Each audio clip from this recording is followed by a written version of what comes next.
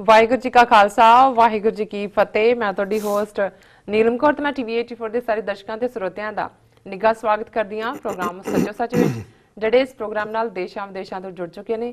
Khalsa affair centre ਦੇ ਸੰਚਾਲਕ doctor Amarjit Singh ji ਰੋਜ਼ਾਨਾ ਹੀ ਤਰ੍ਹਾਂ ਸਟੂਡੀਓ ਵਿੱਚ ਮੇਰੇ ਨਾਲ ਸ਼ਾਮਲ ਨੇ।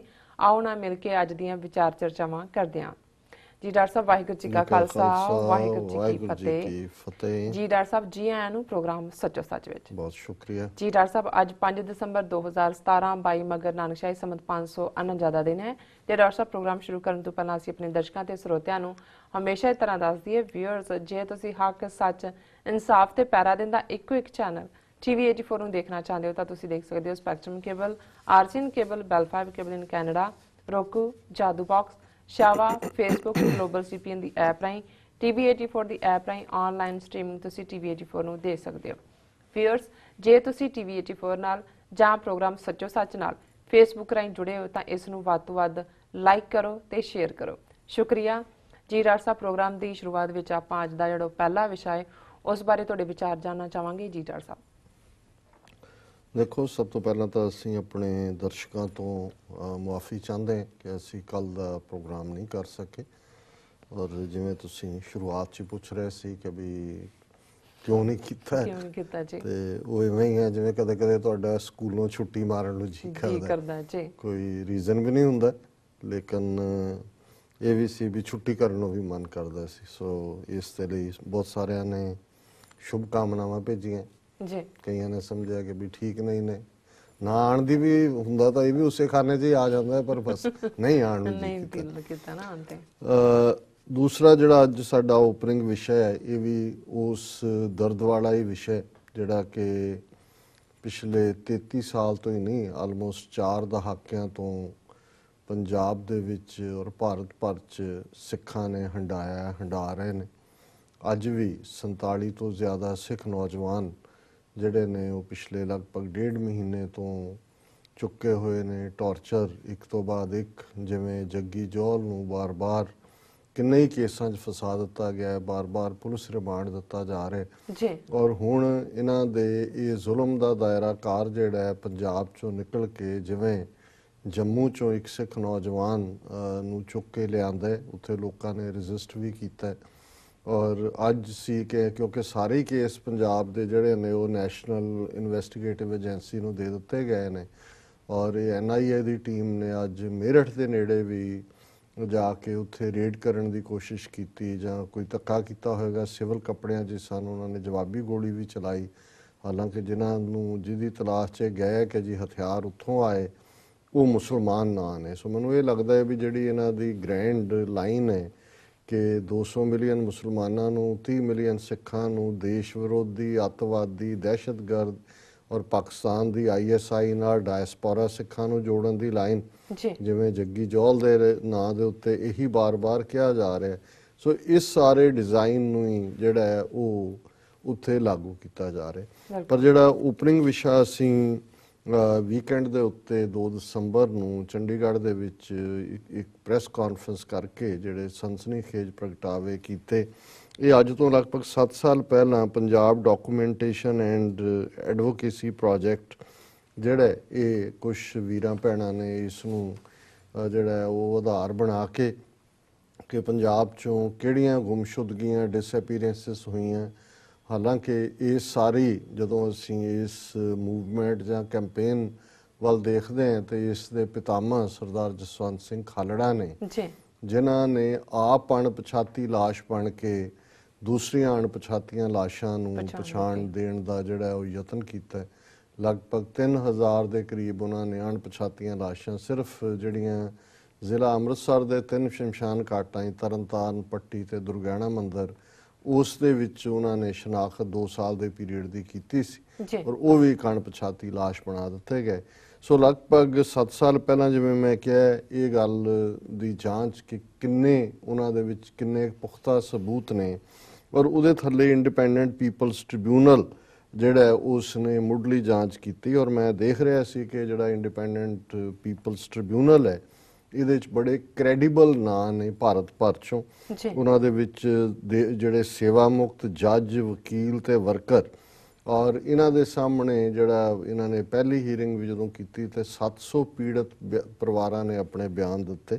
ਔਰ ਇਹਨਾਂ 'ਚ ਜਿਹੜੇ ਆਈਪੀਟੀ ਜਿਹੜੀ ਇੰਡੀਪੈਂਡੈਂਟ ਪੀਪਲਸ ਟ੍ਰਿਬਿਊਨਲ ਹੈ ਉਹਦੇ 'ਚ ਜਸਟਿਸ AK ਗੰਗੂਲੀ ਇਹ ਸੁਪਰੀਮ ਕੋਰਟ ਦੇ ਜਸਟਿਸ ਨੇ retired, Colin Gonsalves senior advocate Supreme Court ਇਹ ਡੈਥ ਸੈਂਟੈਂਸ ਦੇ ਵੀ ਖਿਲਾਫ ਨੇ ਔਰ ਇੰਟਰਨੈਸ਼ਨਲ ਫੋਰਮ ਦੇ ਉੱਤੇ ਵੀ ਲਾਇਰਸ ਫਾਰ ਹਿਊਮਨ ਰਾਈਟਸ ਨੂੰ ਇਹ ਰਿਪਰੈਜ਼ੈਂਟ ਕਰਦੇ ਰਹੇ ਨੇ ਸਮੇਂ-ਸਮੇਂ ਜੀ। ਔਰ ਇਸੇ ਤਰ੍ਹਾਂ ਕਵਿਤਾ ਸ਼੍ਰੀਵਾਸਤਵਾ ਇਹ PUCL ਜਿਹੜੀ People's Union for Civil Liberties national ਉਹਦੀ ਕਨਵੀਨਰ ਹੈ। ਔਰ People's Union for Civil Liberty ਦੀ ਵੀ ਵੱਡੀ ਕੰਟਰੀਬਿਊਸ਼ਨ ਹੈ ਜਦੋਂ ਕਿ ਉਹਨਾਂ ਨੇ ਨਵੰਬਰ 84 ਨਾਲ ਰਿਲੇਟਡ ਵੀ ਜਿਹੜਾ ਹੈ ਉਹ ਸਭ ਤੋਂ ਪਹਿਲੀਆਂ ਰਿਪੋਰਟਸ ਇਹਨਾਂ ਦੀਆਂ ਆਈਆਂ ਸੀ। ਔਰ ਇਸ ਤੋਂ ਇਲਾਵਾ ਬੀਬੀ ਪਰਮਜੀਤ ਕੌਰ ਖਾਲੜਾ ਜਿਹੜੇ ਕਿ ਖਾਲੜਾ ਮਿਸ਼ਨ ਆਰਗੇਨਾਈਜੇਸ਼ਨ ਦੇ ਔਰ ਜਿਨ੍ਹਾਂ ਨੇ ਆਪਣੇ ਪਤੀ ਜਸਵੰਤ ਸਿੰਘ ਖਾਲੜਾ ਦੀ ਸ਼ਹਾਦਤ ਤੋਂ ਬਾਅਦ ਇਸ ਝੰਡੇ ਨੂੰ ਚੁੱਕਿਆ ਜੀ ਔਰ ਬੜੇ ਸਾਬਤ ਕਦਮਾਂ ਨਾਲ ਇਸ ਪਾਸੇ ਉਹ ਅੱਜ ਵੀ ਤੁਰੇ ਹੋਏ ਨੇ। ਇਸ ਤੋਂ ਬਿਨਾਂ ਜਸਟਿਸ ਸੁਰੇਸ਼ ਇਹ ਹਾਈ ਕੋਰਟ ਮੁੰਬਈ ਦੇ ਰਿਟਾਇਰਡ ਜੱਜ ਨੇ। ਬਬਲੂ ਲੋਇੰਗਮ ਇਹ ਹਿਊਮਨ ਰਾਈਟਸ ਐਡਵੋਕੇਟ ਨੇ, ਐਕਟਿਵਿਸਟ ਨੇ ਮਨੀਪੁਰ ਤੋਂ। ਤਪਨ ਬੋਸ ਇਹ ਸੈਕਟਰੀ ਜਨਰਲ ਨੇ South Asia human rights forum ਦੇ। ਇਹਨਾਂ ਨੇ ਵੀ ਕਿਉਂਕਿ ਜਿਹੜੀਆਂ ਰਿਪੋਰਟਸ ਨੇ ਬਹੁਤ ਸਾਰੀਆਂ ਉਹ ਇਸ ਥਾਂ ਤੋਂ ਹੀ ਜਿਹੜੀਆਂ ਨੇ ਉਹ ਪਬਲਿਸ਼ ਹੁੰਦੀਆਂ ਨੇ ਜੀ। ਸੋਨੀ ਸੋਰੀ ਨੇ ਇਹ ਟ੍ਰਾਈਬਲ ਰਾਈਟਸ ਐਕਟਿਵਿਸਟ ਨੇ ਛੱਤੀਸਗੜ੍ਹ ਤੋਂ।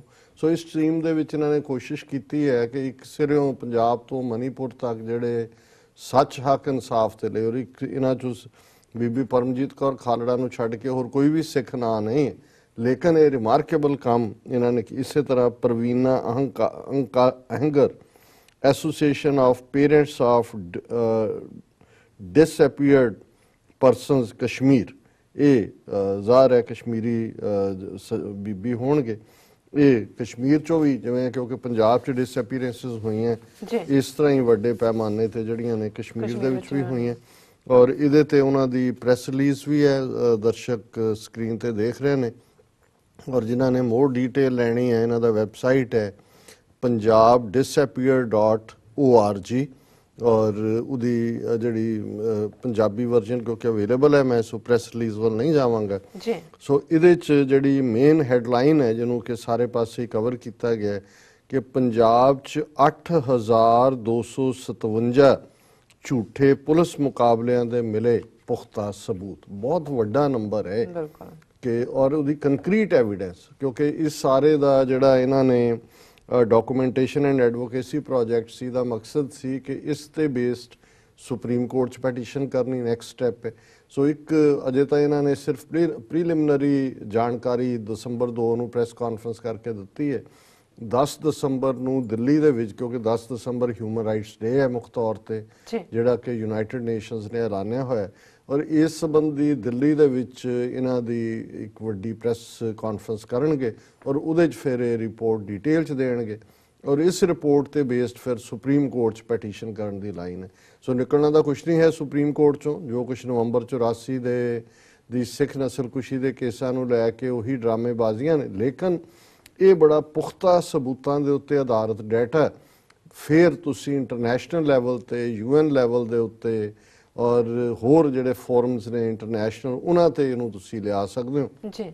ਸੋ ਸਟੈਪ ਤਾਂ ਇਹੀ ਹੁੰਦੇ ਨੇ ਕਿ ਪਹਿਲਾਂ ਤੁਸੀਂ ਲੋਅਰ ਕੋਰਟ 'ਚ ਜਾਂਦੇ ਹੋ, ਹਾਈ ਕੋਰਟ 'ਚ ਜਾਂਦੇ ਹੋ। ਹਾਈ ਕੋਰਟ ਹੁਣ ਇਸੇ ਤਰ੍ਹਾਂ ਹੀ ਜਿਹੜਾ ਜਸਵੰਤ ਸਿੰਘ ਖਾਲੜਾ ਦਾ ਅਣਪਛਾਤੀਆਂ ਲਾਸ਼ਾਂ ਦਾ ਸੰਬੰਧਿਤ ਸੀ ਪੈਟੀਸ਼ਨ ਉਹਨਾਂ ਨੇ ਹਾਈ ਕੋਰਟ 'ਚ ਕੀਤੀ। ਜਦੋਂ ਤੱਕ ਕੇਸ ਸੁਪਰੀਮ ਕੋਰਟ 'ਚ ਗਿਆ ਉਹਨਾਂ ਨੂੰ ਵੀ ਅਣਪਛਾਤੀ ਲਾਸ਼ ਬਣਾ ਦਿੱਤਾ ਗਿਆ ਪਰ ਕਿਉਂਕਿ ਕੇਸ ਸੁਪਰੀਮ ਕੋਰਟ ਸੀ CBI ਇਨਕੁਆਇਰੀ ਮਾਰਕ ਹੋਈ ਔਰ ਪਹਿਲੀ ਵਾਰ ਜਸਟਿਸ ਕੁਲਦੀਪ ਸਿੰਘ ਜਿਹੜੇ ਬੈਂਚ ਤੇ ਸੀ ਉਹਨਾਂ ਨੇ ਕਿਹਾ ਸੀ ਵੀ it's worse than the genocide ਔਰ ਉਹਦੇ ਤੇ ਆਧਾਰਿਤ ਫਿਰ 24-2500 ਜਿਹੜੇ ਨੇ ਉਹ ਪਛਾਣ ਅਣਪਛਾਤੀਆਂ ਨੂੰ ਦਿੱਤੀ।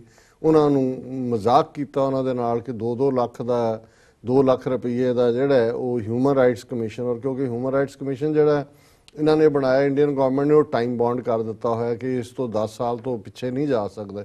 ਸੋ ਕੁੱਲ ਮਿਲਾ ਕੇ ਹੁਣ ਅਸੀਂ ਦੇਖਾਂਗੇ ਕਿ ਵੀ ਇਹ 10 ਦਸੰਬਰ ਤੋਂ ਬਾਅਦ ਸੁਪਰੀਮ ਕੋਰਟ ਪਰ ਸੁਪਰੀਮ ਕੋਰਟ ਤਾਂ ਟੋਟਲੀ ਹਿੰਦੂਆਈਜ਼ ਹੋ ਗਿਆ। ਹੁਣ ਤਾਂ ਜੋ ਹਾਲ ਇਹ ਕਰ ਰਹੇ ਨੇ ਜਿਸ ਅੰਦਾਜ਼ ਦੇ ਵਿੱਚ ਈਵਨ ਬਾਬਰੀ ਮਸਜਿਦ ਕੇਸ ਨੂੰ ਡੀਲ ਕਰ ਅਸੀਂ ਕੱਲ ਗੱਲ ਕਰਾਂਗੇ ਕਿਉਂਕਿ ਕੱਲ 25ਵੀਂ ਐਨੀਵਰਸਰੀ ਹੈ 6 ਦਸੰਬਰ 1992 ਨੂੰ ਜਿਹੜੇ ਬਾਬਰੀ ਮਸਜਿਦ ਢਾਈ ਸੀ। ਸੋ ਉਹਦੇ ਦੇਖਾਂਗੇ ਕਿ ਜੁਡੀਸ਼ਰੀ ਦਾ ਜਿਹੜਾ ਕੀ ਸਾਰੇ ਇਸ ਪੀਰੀਅਡ 'ਚ ਰੋਲ ਰਿਹਾ ਹੈ, ਐਗਜ਼ੈਕਟਿਵ ਜਾਂ ਲੈਜਿਸਲੇਚਰ ਜਾਂ ਮੀਡੀਆ ਦਾ ਤਾਂ ਸਾਹਮਣੇ ਹੀ ਹੈ। ਸੋ ਇਸ ਜਿਹੜੀ ਖਬਰ ਦੇ ਮੁਤਾਬਕ ਹੈ ਕਿ Punjab documentation and advocacy project ਦੁਆਰਾ ਕੀਤੀ 7 ਸਾਲ ਦੀ ਖੋਜ ਉਪਰੰਤ ਜਬਰੀ ਗੁੰਮਸ਼ੁਦਗੀ ਅਤੇ ਝੂਠੇ ਪੁਲਿਸ ਮੁਕਾਬਲਿਆਂ ਦੇ 8257 ਮਾਮਲਿਆਂ ਦੇ ਨਵੇਂ ਤੇ ਪੁਖਤਾ ਸਬੂਤ ਮਿਲੇ ਹਨ।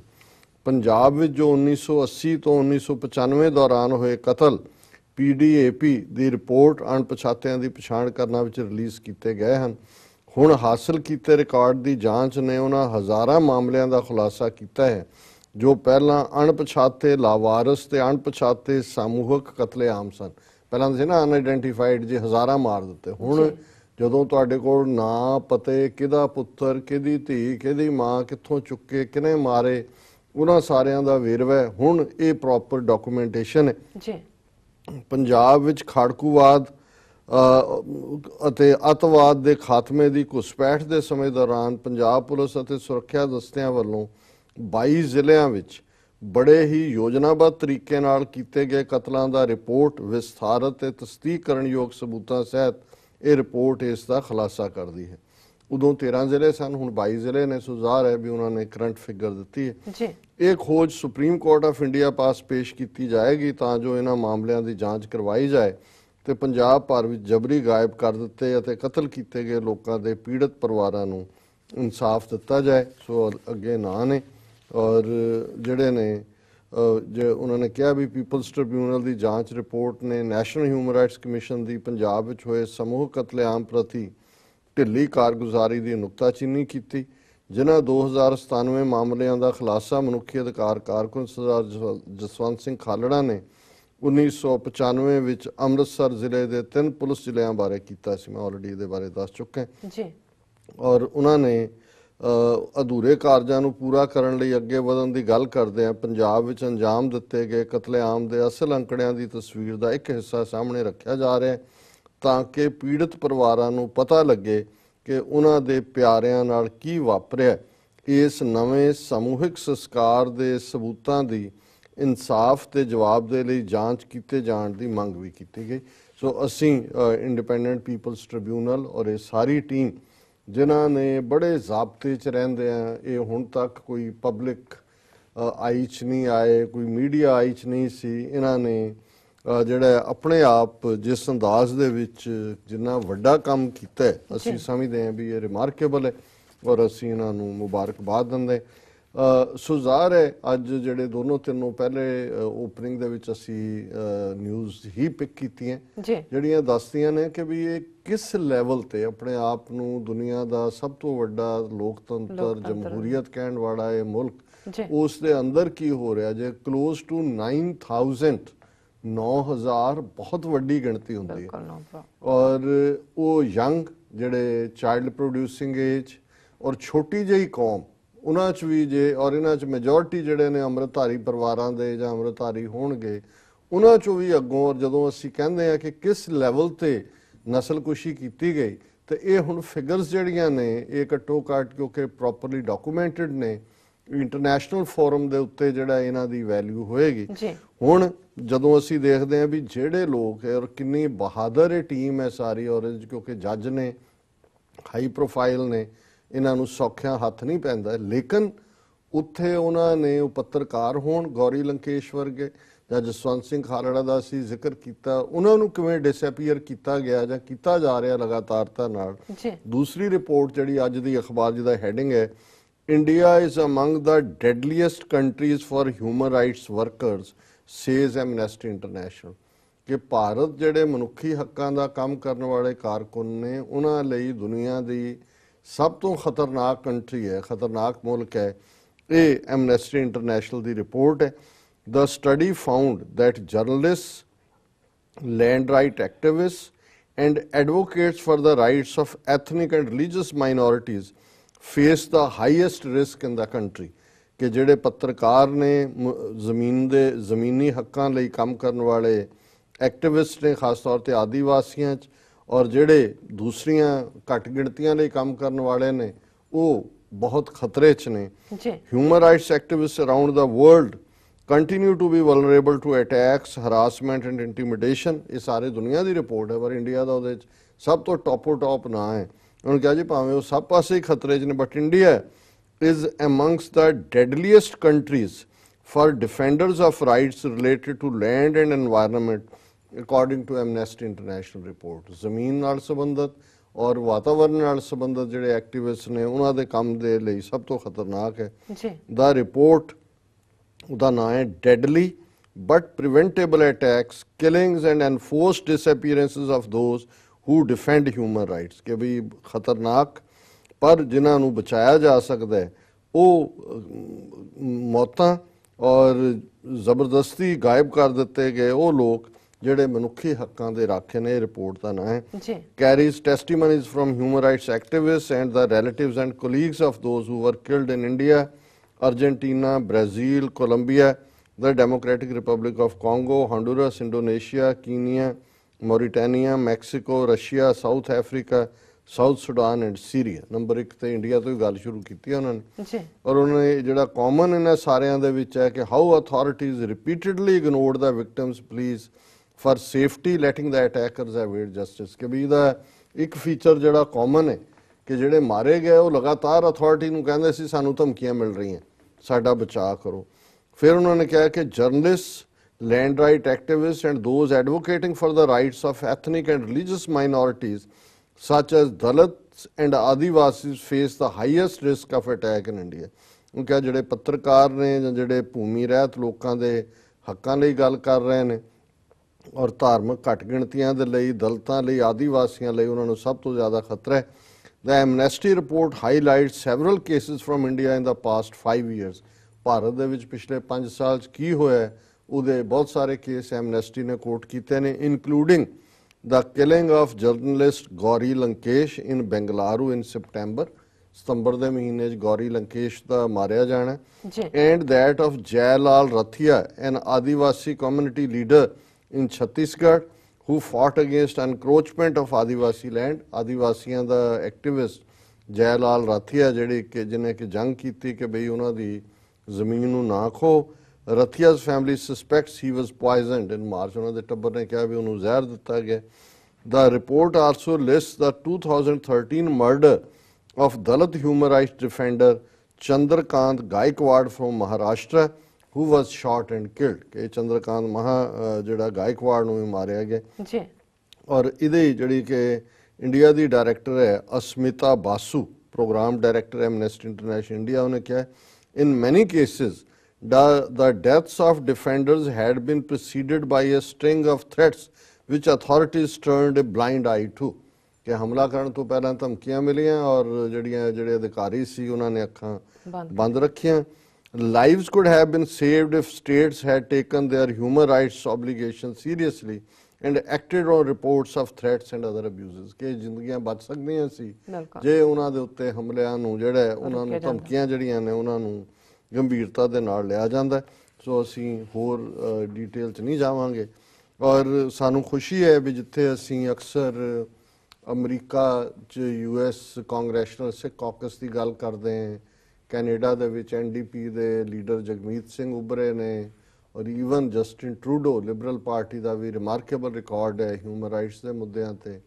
ਇੰਗਲੈਂਡ ਦੇ ਵਿੱਚ ਸਿੱਖ ਫੈਡਰੇਸ਼ਨ ਨੇ ਇੱਕ ਚੰਗਾ ਆਧਾਰ ਬਣਾਇਆ, 2 ਸਿੱਖ ਮੈਂਬਰ ਪਾਰਲੀਮੈਂਟ ਨੇ ਔਰ ਤਿੰਨੋਂ ਪਾਰਟੀਆਂ ਸੀ ਜਿਹੜੀਆਂ ਨੇ ਉੱਤੇ, ਹੁਣ ਤਾਂ 3 ਜਾਂ 4 ਨੇ, ਗ੍ਰੀਨ ਪਾਰਟੀ ਵੀ ਹੈ। ਸਾਰਿਆਂ 'ਚ ਸਿੱਖਾਂ ਨੇ ਆਪਣੀ ਥਾਂ ਬਣਾਈ ਹੈ, ਸਕਾਟਿਸ਼ ਨੈਸ਼ਨਲਿਸਟ ਪਾਰਟੀ 'ਚ ਵੀ ਔਰ ਲੇਬਰ ਪਾਰਟੀ 'ਚ ਵੀ, ਕੰਜ਼ਰਵੇਟਿਵ 'ਚ ਵੀ ਔਰ ਉਹਨਾਂ ਦੀ ਲੇਬਰ ਦੀ ਵੀ ਇੱਕ ਸ਼ਾਇਦ ਲਿਬਰਲ ਡੈਮੋਕ੍ਰੈਟ ਨੇ।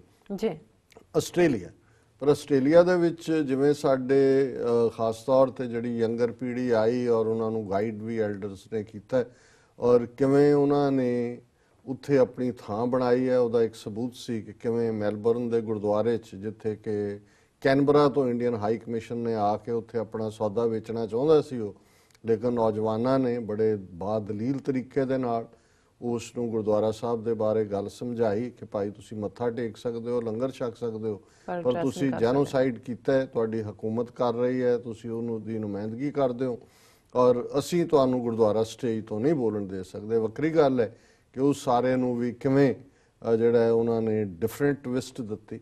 ਔਰ ਅੱਜ ਜਿਹੜੀ ਸਾਡੇ ਤੱਕ ਵੀਰ ਹਰਕੀਰਤ ਸਿੰਘ ਉਹਨਾਂ ਨੇ ਇਹ ਖਬਰ ਭੇਜੀ ਹੈ ਔਰ ਉਹਨਾਂ ਨੇ ਸਾਨੂੰ ਸਾਡੇ ਨੋਟਿਸ 'ਚ ਲਿਆਂਦਾ ਵੀ ਅਸੀਂ ਇਹਨੂੰ ਜ਼ਰੂਰ ਵਿਚਾਰ ਅਧੀਨ ਲਿਆਈਏ ਔਰ ਲਿਆਉਣ ਦਾ ਵੀ, ਕਿਉਂਕਿ ਇੱਕ ਪ੍ਰਾਪਤੀ ਹੈ ਕਿ ਜਿਵੇਂ ਇਸ ਵੇਲੇ ਸਾਡੀ ਬਾਕੀ ਦੇਸ਼ਾਂ ਦੀ ਅਸੀਂ ਜਦੋਂ ਗੱਲ ਕਰਦੇ ਹਾਂ, ਆਸਟ੍ਰੇਲੀਆ 'ਚ ਨਾ ਸਿਰਫ ਇਹ ਗੱਲ ਵਰਬਲ ਪ੍ਰੋਟੈਸਟ ਤੱਕ ਹੀ ਮਹਿਦੂਦ ਹੈ, ਇਵਨ ਪੋਲੀਟੀਕਲੀ ਵੀ। ਔਰ ਇਹ ਬੇਸ਼ੱਕ ਆਸਟ੍ਰੇਲੀਆ 'ਚ ਜਿਸ ਮੈਂਬਰ ਪਾਰਲੀਮੈਂਟ ਦਾ ਮੈਂ ਜ਼ਿਕਰ ਹੁਣ ਕਰਨ ਲੱਗਾ ਵਾਰਨ ਐਂਟਸਚ, ਸ਼ਾਇਦ ਐਵੇਂ ਹੀ ਪ੍ਰੋਨਾਊਂਸ, ਔਰ ਇਹ ਫੈਡਰਲ ਮੈਂਬਰ ਨੇ ਲਾਈਕ ਕਾਰਡਟ, ਇਹ ਕੁਛ ਉੱਥੋਂ ਦੇ ਨਾਂ ਹੋਣਗੇ ਲੋਕਲ, ਸ਼ਾਇਦ ਮੈਂ ਪ੍ਰੋਨਾਊਂਸ ਕਰੈਕਟ ਨਾ ਕਰ ਰਿਹਾ ਹਾਂ।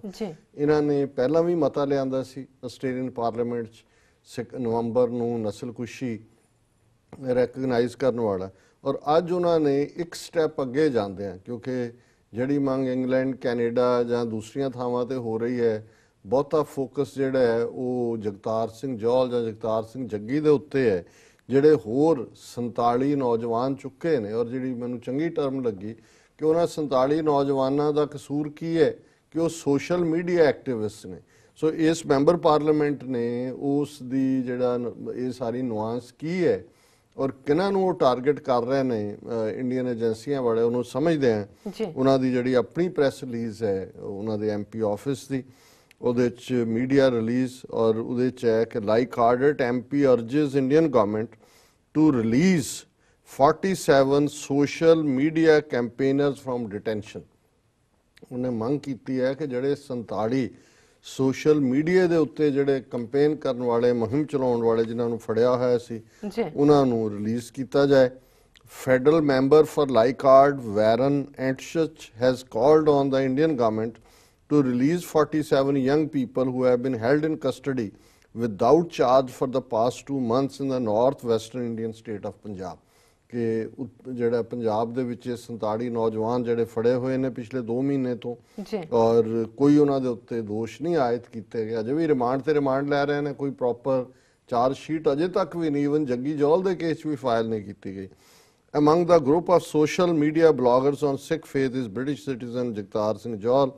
Mr. Antsach said Mr. Johal, also known as Jaggi, posted a website story about mass killings and disappearances of thousands of Sikhs in 1984 before he was arrested. Zare, never forget 84, ਜਿਹੜਾ ਉਹਨਾਂ ਦਾ website ਹੈ।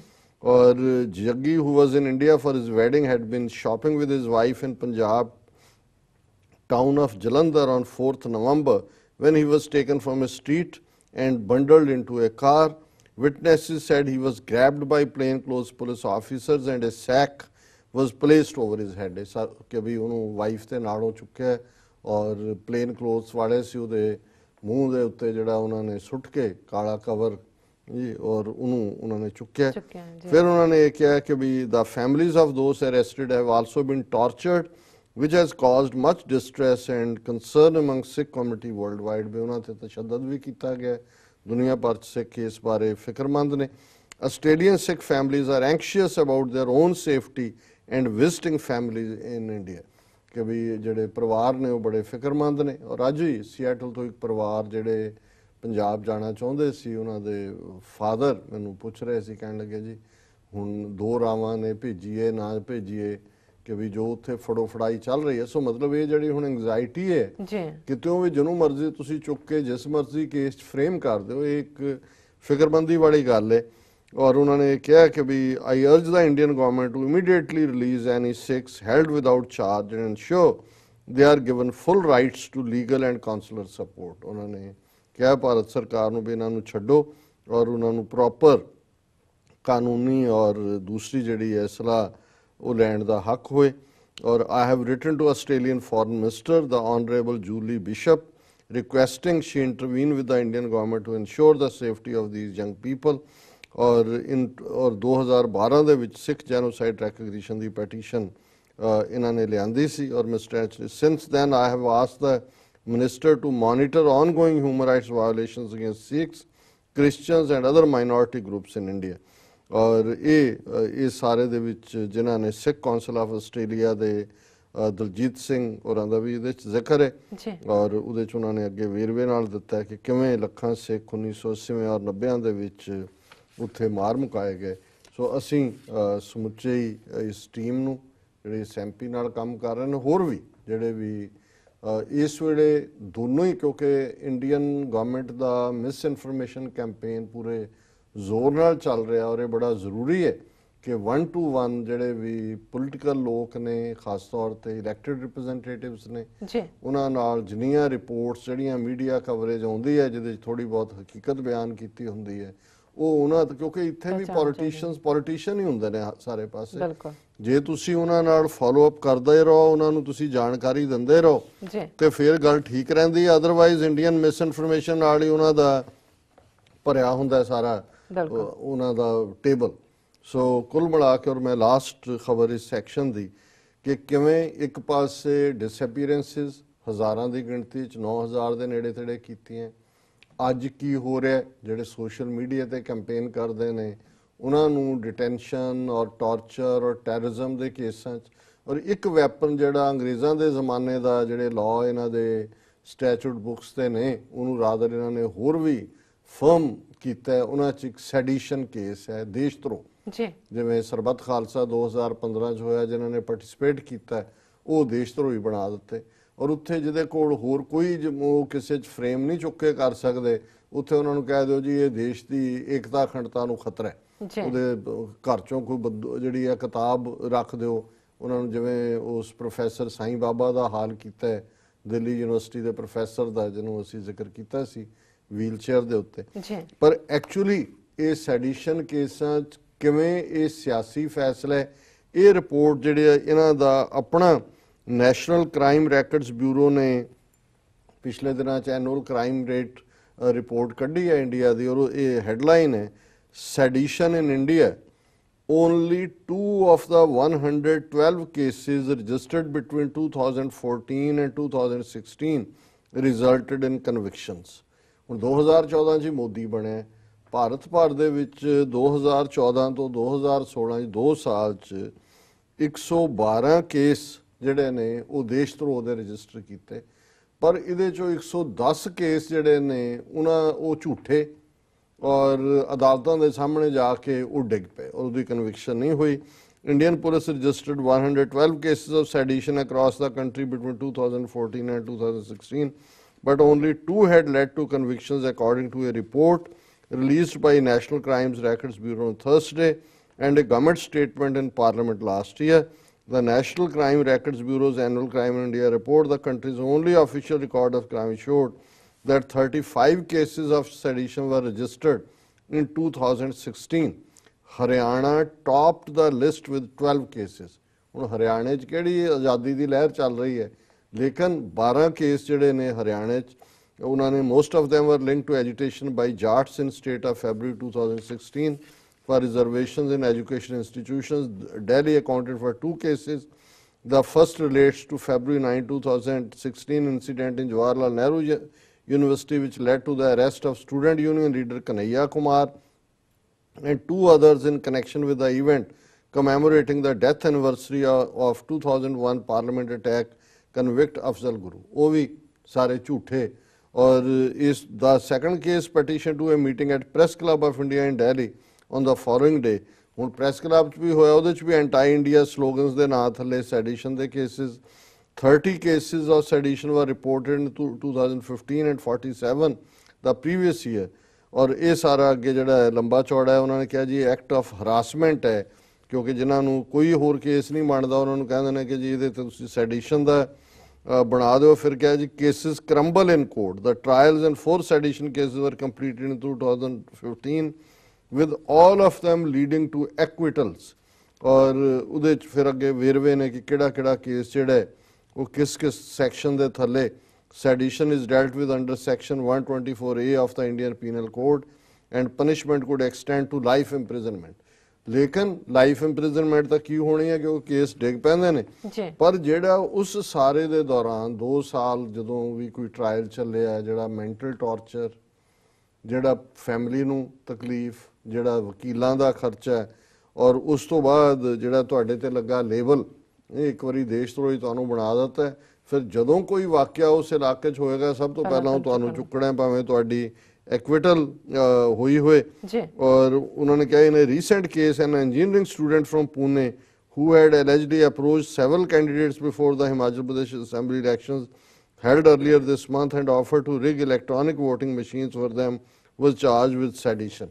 ਉਹਨੂੰ ਕਿਹਾ ਜੀ ਕੋਈ engineering ਦਾ student ਉਹਨੇ ਹਿਮਾਚਲ ਦੇ candidates ਨੂੰ ਕਿਹਾ ਜੀ ਇਹ ਮਸ਼ੀਨਾਂ ਕੀ ਹੈ, ਮੈਂ ਦੱਸ ਦਿੰਦਾ ਵੀ ਕਿਵੇਂ ਬਦਲਣੀ ਹੈ, ਤੇ ਉਹਦੇ ਤੇ ਵੀ ਦੇਸ਼ ਧਰੋਹ ਦਾ ਲਾ ਦਿੱਤਾ ਹੈ, ਜਿਹੜਾ ਕਿ ਫਰਾਡ ਹੈ।